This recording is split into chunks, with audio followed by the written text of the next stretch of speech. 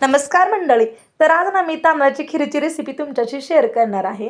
तर त्यासाठी ना अगोदर इथे मी पाव लिटर मी दूध घेतलेलं आहे. तर तांदळाच्या खिरीसाठी लागणारं साहित्य काजू, बदाम, साखर आणि तांदूळ ना मी 1 तास भिजत घातले होते.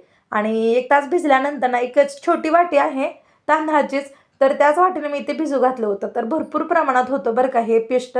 तर दुधाला चांगली उकळी येऊ द्यायची आणि नंतर ना एक 5-10 मिनिटं दुधाला उकळी आली ना, तर नंतर आपण त्याच्यामध्ये ना ही तांदळाची पेस्ट घालायची आहे. तर खूप छान ही तांदळाची खीर होते बरं का. तांदळाची पेस्ट, साखर आणि दूध, वेलची पावडर आणि बदाम काजूचा ना हे सर्वांचा सुगंध म्हणजे नाही तांदळाची खीर. तर मस्तपैकी आपण ना तांदळाची पेस्ट घातल्यानंतर ना ती छान शिजली ना, मग नंतर ना साखर ॲड करायची. साखर ॲड केल्यानंतर नंतर आपण काजू, बदाम आणि वेलची पावडर पण ॲड करायची आहे.